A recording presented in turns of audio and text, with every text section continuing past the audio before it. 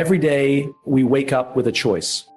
Choice to move forward or stand still, to grow or to decay. The truth is there is no neutral ground. Time doesn't wait. Life doesn't pause. The people we admire most, those we call high achievers, great leaders, fulfilled human beings, they don't have more time than us. They've simply made better decisions about what to work on every single day. If you want to lead a meaningful life, not just a successful one, there are 5 things you must commit to working on daily, not once a month, not when it's convenient, every day. These are the pillars that build character, resilience, connection, and impact. Let's walk through each one together. Your mindset is the starting point of everything. It shapes how you interpret the world around you, how you respond to challenges, how you see others, and most importantly, how you see yourself. It is the silent architect of your destiny. You can have talent, resources, and even opportunity, but if your mind tells you you're not enough, you'll sabotage every step forward. You'll see possibilities and call them problems. You'll meet mentors and call them critics. You'll face growth and label it failure. Your mind is the lens. But here's the thing, most of us don't realize that lens can get dirty, fogged by fear, cracked by criticism, distorted by comparison. And when that happens, you can't see clearly. You stop taking risks. You play small. You start shrinking to fit into other people's boxes, into expectations that never felt right. The worst part? You don't even realize it's happening. It just feels like life is hard, or that you're unlucky, or that you're not made for more. But it's not life. It's the lens. And that lens is not permanent. That's the power of mindset. It's not something you're born with. It's something you build day by day, intentionally, with effort. That's what people miss. They wait for confidence to arrive, for belief to appear. But mindset isn't something you wait for. It's something you work on. There's a well-known psychologist who introduced a concept called the growth mindset. It's the belief that your abilities are not fixed, that you're not born good at math or bad at leadership, that with effort, time, feedback, and learning, you can improve, that failure isn't the opposite of success, it's part of it. And when you believe that, everything changes. Obstacles become teachers, criticism becomes information, challenges become invitations to level up. Let me tell you about someone who lived this. Her name is Sarah. She grew up in a small town, in a home where no one had gone to college. She was told to aim for safe jobs, keep her head down, and not ask for too much. But she had a dream. She wanted to become a doctor. She scraped together enough to go to a local college. And she failed her first exam. Now, most people would have quit, packed up, told themselves, see, I'm not cut out for this. But Sarah said something different. She told herself, I can learn how to learn. She didn't see failure as a wall. She saw it as a mirror, showing her where she needed to grow. She spent the next 5 years learning how to learn. She built systems for note-taking. She asked questions when it was uncomfortable. She studied while others partied. She doubted herself many times.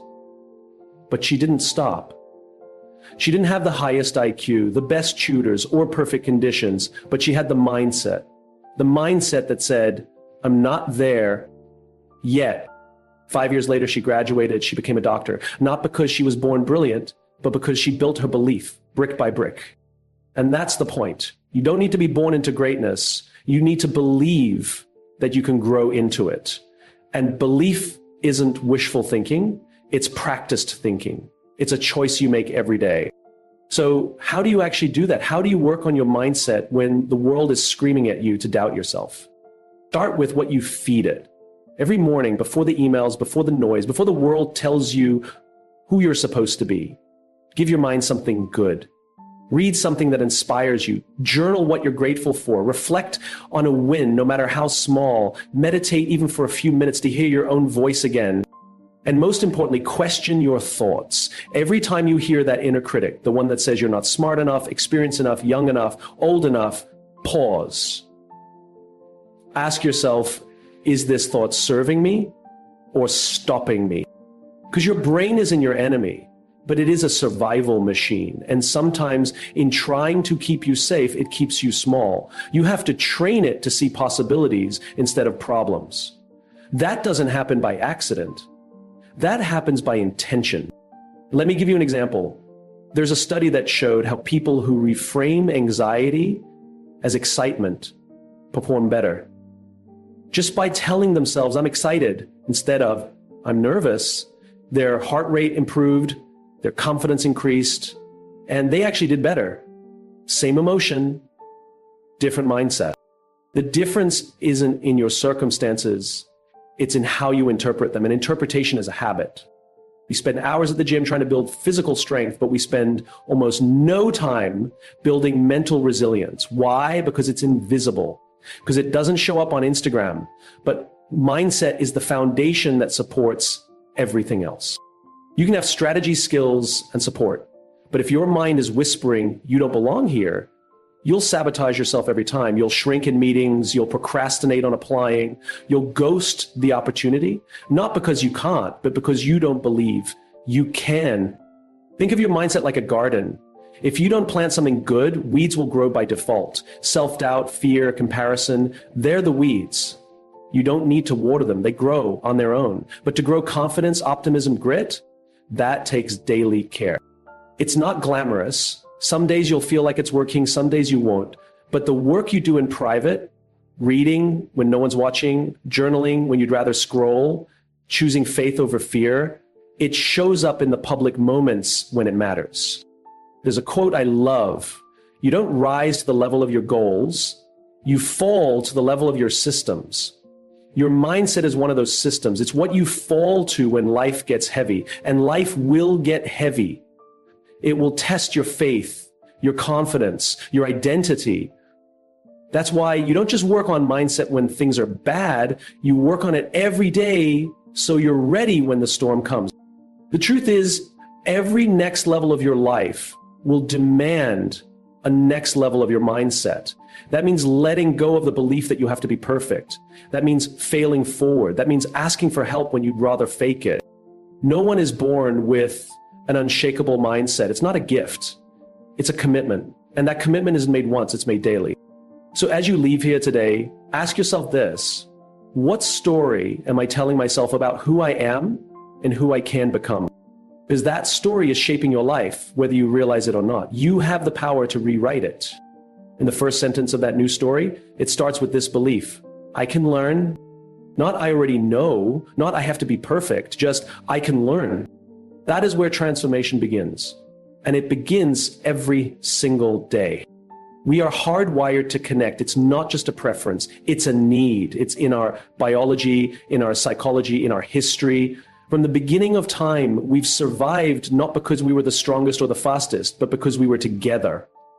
We gathered around fires, told stories, looked after each other's children. We belonged to tribes, not just for comfort, but for survival. And yet, somehow, in the age of technology and connection, we've never felt more disconnected. You can scroll through 5,000 followers, like dozens of posts, drop emojis on someone's vacation photo, and still go to bed feeling completely alone. There's a difference between visibility and intimacy, between communication and connection. Just because you're in touch doesn't mean you're close. Just because someone reacts to your story doesn't mean they know your story. Strong relationships don't just happen, they're built quietly, patiently, intentionally. They're not made in the grand gestures or public declarations, but in the consistency of presence. They're built in returned phone calls, in showing up when it's hard, in remembering the small things when there's no audience watching. As I once had a mentor who told me, the most successful people I know, they're not just brilliant, they're reliable, they remember birthdays. They check in when you're sick. They make time even when they have none. At first, I thought he was talking about professional networking, but what he meant was far deeper. He meant real relationships, the kind that hold you up when everything else falls apart. Think about it. When your life hits a crisis, when you get the diagnosis, when the business fails, when the loss punches the air from your lungs, what do you reach for? Not your resume, not your car, not your title. You reach for people. You reach for a voice that says, I'm here. And in that moment, you realize relationships are the true wealth, the only real safety net we have. But too often we wait. We assume they'll always be there. We say we'll call later, visit next time, say the words when we're ready. And then life, with all its unpredictability, interrupts our plans. Suddenly, next time becomes never got the chance. You don't want your most honest words to be spoken at a funeral. You don't want to write love letters in your eulogies. Speak now while they're alive to hear it. I once asked a group of people, think of one person in your life you've taken for granted. One person who's been steady, who's shown up for you. What would you say to them if today was the last time you could speak to them? The room went quiet, tears welled. People suddenly realized how much they had left unsaid, not because they didn't care, but because they assumed there was more time. Relationships don't survive on autopilot. They require deposits, small, consistent acts of care. A text that says, "I'm thinking of you." A 10-minute call where you listen without checking your email. A handwritten note when everything has become digital. These acts may seem small, but they accumulate. Like compound interest, the emotional returns grow over time. Think of the people in your life like emotional bank accounts. Every word, every action is either a deposit or a withdrawal. The problem is we often withdraw without realizing it. We cancel plans. We forget milestones. We say, let's catch up soon, and never do. And then when we need support, the account is empty. But when you've invested, when you've taken time, even when busy, to show you care, those relationships become unshakable. They become the people who sit with you in silence when words fail, who drive across town just to give you a hug, who remind you who you are when you forget. I remember a friend of mine who hit rock bottom, job gone, relationship ended, deeply depressed. He told me the one thing that saved him was a single friend who called every day for 30 days. Not with solutions, just with presence. You don't have to fix me, he said, just don't forget me. That's the power of relationships. Sometimes it's not about saying the right thing.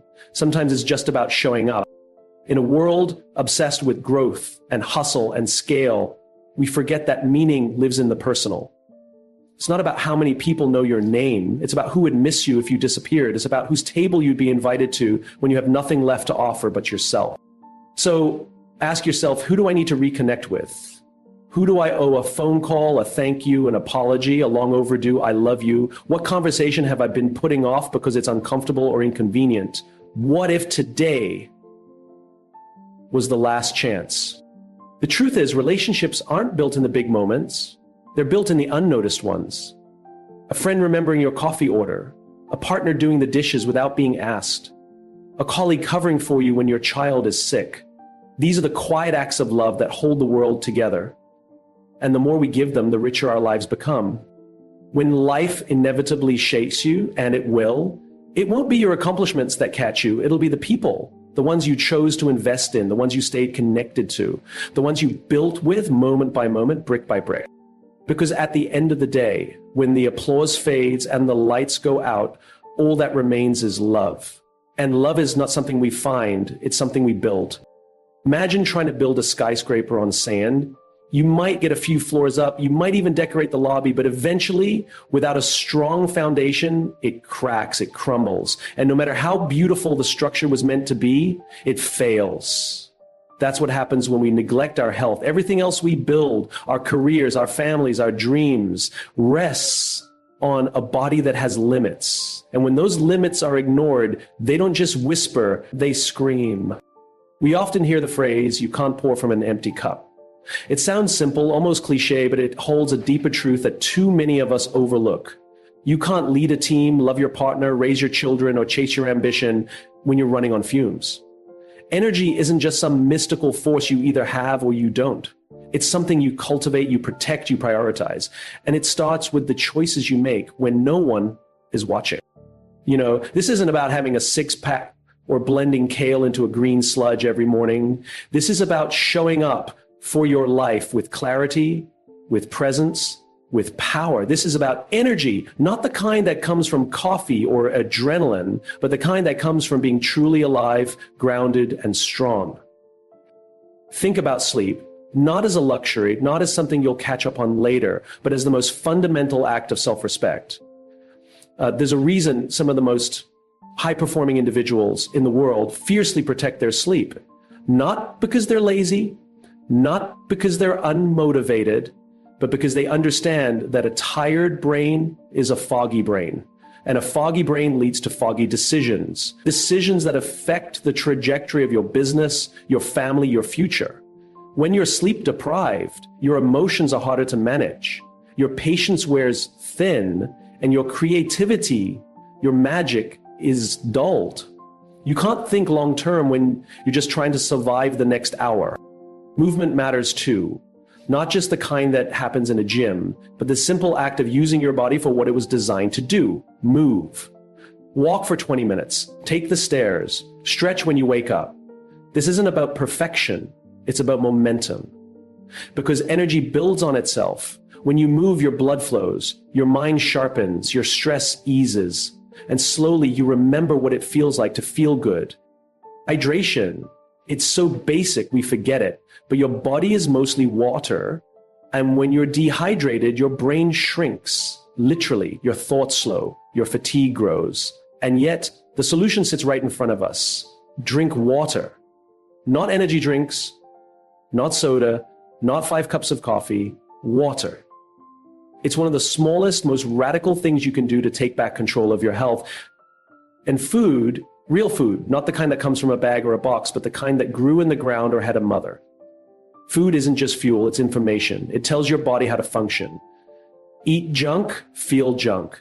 Eat whole, feel whole. Your body is speaking to you every day. And we've gotten so used to feeling tired, bloated, anxious, or foggy that we've come to accept it as normal. But what if that isn't normal? What if that's your body begging you to listen? The truth is, we live in a world that rewards hustle, it applauds burnout, it romanticizes exhaustion. And in the process, we lose touch with the very engine that drives everything we do. We push harder, sleep less, eat worse, and wonder why we're not feeling fulfilled. Why we snap at our loved ones, why our vision feels blurry, literally and metaphorically. We tell ourselves we'll rest later, we'll eat better next week, we'll take care of ourselves when things slow down, but the truth is they rarely do. There is no later, there is only now. You don't need to overhaul your life in one dramatic act. You need consistency. Tiny, unsexy actions repeated over time. Drink a glass of water first thing in the morning. Get sunlight on your face. Walk around the block. Eat one more vegetable. Sleep 30 minutes earlier. These are not grand gestures, but over time, they rebuild your foundation brick by brick. And the stronger your foundation, the more you can hold. We are not machines. We are human beings. And human beings have needs. Basic, biological, non-negotiable needs. We need rest. We need movement. We need food that nourishes rather than numbs.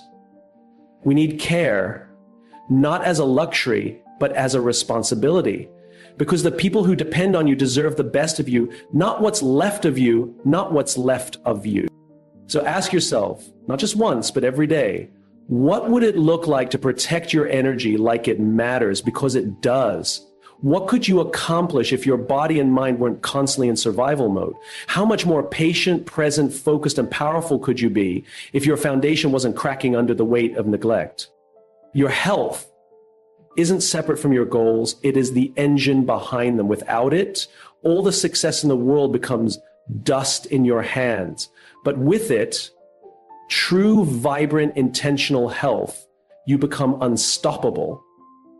Not because you're chasing more, but because you're finally grounded enough to receive it. We live in a world that worships productivity, where calendars are full, inboxes overflow, and busy has become a badge of honor. But there's a profound difference between being busy and being fulfilled. You can spend your whole life checking boxes, running from meeting to meeting, chasing the next goal, only to wake up one day and wonder why you feel so empty. Activity doesn't equal meaning. Motion doesn't equal direction. And without purpose, all that effort starts to feel like noise. Purpose is what transforms grind into growth. It gives pain a point and struggle a shape. It turns setbacks into stepping stones. When you have purpose, real, personal, deeply felt purpose, hard things don't just happen to you, they happen for you. You begin to understand that discomfort is part of the journey, not a detour from it. You stop asking, why is this so hard? And start asking, what is this teaching me? That shift changes everything. Not everyone discovers a grand cinematic why overnight. In fact, most don't. Purpose doesn't always arrive with a lightning bolt or a viral quote. Sometimes it shows up in whispers, in quiet curiosity. It starts with small but powerful questions. What lights me up? What drains me? Where do I feel most useful, most alive? What injustice makes me angry? What problem do I feel called to solve? There's a story about a janitor at NASA during the space race. When asked what his role was, he didn't say, I clean floors. He said, I'm helping put a man on the moon. That's the difference. He wasn't just pushing a broom. He was part of something bigger. It wasn't the job that gave him purpose. It was the meaning he chose to give it. Purpose doesn't always require changing your career or moving across the world. It often begins right where you are. You could be teaching a child to read, building a product that improves lives, mentoring someone who feels lost, or simply showing up each day with integrity and care. Purpose isn't about scale, it's about significance. It's not what you do, it's the why behind it. Every day we have the opportunity to reconnect with that why, to ask ourselves, why am I doing this? Who does this serve? What impact will it have? Even in the smallest way, that practice done daily realigns us. It pulls us out of the chaos and grounds us in meaning. It becomes our compass. And when purpose becomes your compass, even the storms feel directional, because life will throw storms. There will be failures, heartbreak, exhaustion, and doubt. But when you're anchored in purpose, you don't drift. You hold your course. You understand that this moment, this frustration, this fear, this fatigue has context. It's part of something. You're not just reacting to life. You're responding with intention. That's the power of purpose. It doesn't eliminate the hard days, but it gives them meaning. And meaning is what sustains us when motivation fades. It's what carries us through the late nights, the long fights, and the quiet moments when no one's watching. So no matter where you are, at the top, in transition, or still searching, lean into the questions not to find the perfect answer, but to keep moving in the direction that feels most true, because purpose isn't a destination. It's the direction we choose to walk every single day. There's a moment in every pursuit, every dream, every goal, when the spark fades. That early excitement, that rush of possibility, the fire that pushed you to start, it dies down. It always does. And in that quiet space where enthusiasm used to live, something else is required. Not inspiration, not motivation, discipline. Discipline is the thing that stays when nothing else does. It's not loud or flashy. It doesn't ask for applause. It doesn't need a pep talk. It shows up every day without asking for permission. And it does the work regardless of how you feel. That's where the difference is made. Not in the moments when it's easy, when you're pumped up, or when the path is clear, but in the moments when it's hard, dull, or uncertain. That's when discipline quietly separates the ones who talk from the ones who do. People often mistake discipline for punishment. But discipline isn't about deprivation, it's about alignment. It's choosing long-term purpose over short-term comfort. It's deciding again and again that the life you want is worth more than the temptations pulling you away from it. And here's the truth most people miss. Freedom doesn't come from doing whatever you want. Freedom comes from doing what you said you would do, especially when it's hard. Discipline isn't a cage, it's a key. We all want freedom, freedom to create, to lead, to build, to become. But that freedom is earned, not found. And it's earned through the repeated, deliberate, often boring actions that shape our character, our craft, and our future. You want to write a book? Then you write.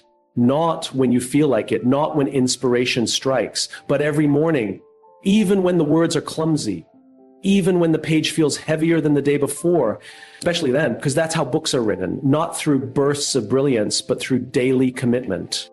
You want to build a business? Then you do the hard things. You pick up the phone, you make the uncomfortable call, you face the rejection. You keep showing up when others would quit. And you do it not because it's fun, but because you said you would. That's discipline. And over time, it becomes something greater. It becomes trust, not with others, but with yourself. When you keep promises to yourself, you begin to build a reputation, a personal reputation. And that might be the most important one you'll ever have. Because when you know you'll follow through, when you've proven to yourself that you can be counted on, that changes how you walk into a room. It changes how you face uncertainty. It changes how you handle fear. Because you've seen yourself do hard things before. You've shown up tired. You've pushed through failure. You've acted when no one was watching. And you know that no matter what comes, you won't back down. The world doesn't need more talented people. It needs more consistent people. Talent will get you started. Discipline will get you finished. Every unachieved goal in your life didn't slip away because you weren't good enough. It slipped away because you didn't show up enough, not consistently, not with the kind of discipline that says, I will do this, especially when I don't want to. And the truth is, no one is born disciplined. It's not a personality trait. It's a practice. It's built through 1,000 small choices made with intention. Waking up when it's easier to sleep in. Saying no when it's easier to say yes. Starting when it would be easier to wait. Discipline is choosing what you want most over what you want now. That choice, repeated, builds a kind of quiet, powerful momentum. One that doesn't rely on mood or motivation.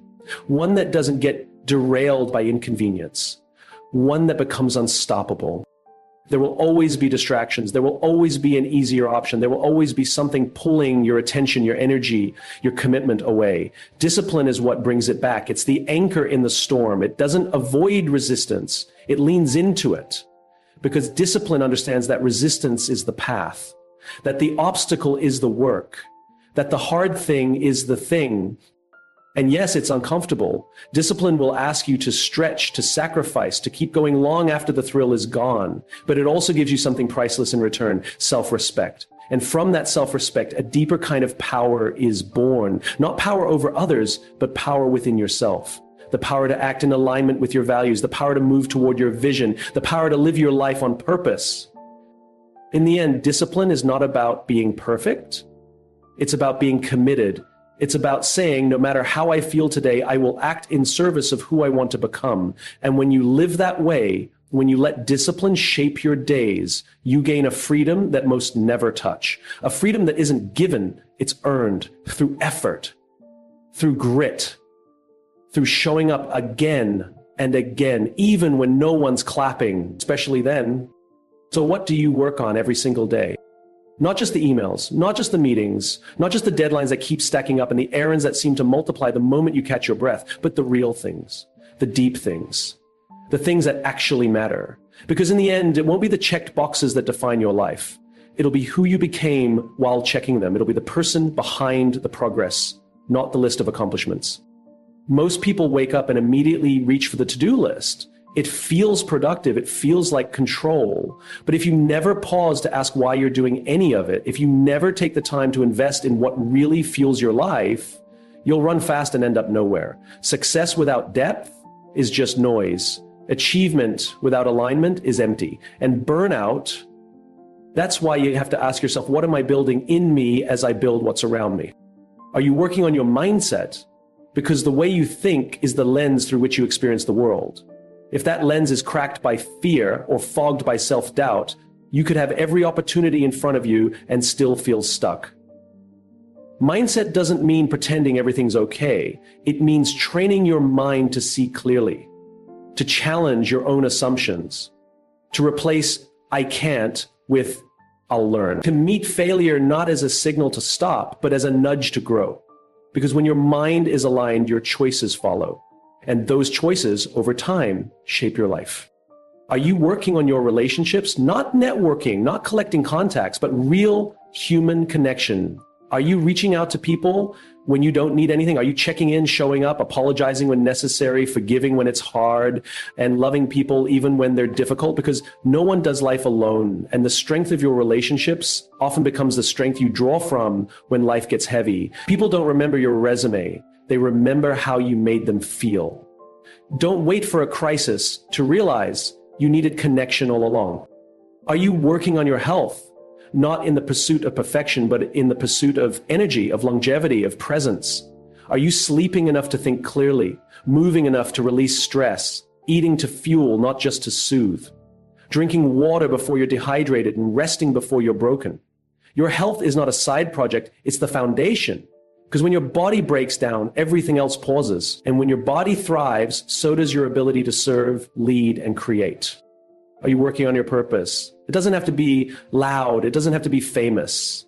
But it has to be real. Are you chasing goals that matter to you or ones you think you're supposed to chase? Are you aligning your work with your values? Are you finding meaning in the small moments, not just the milestones?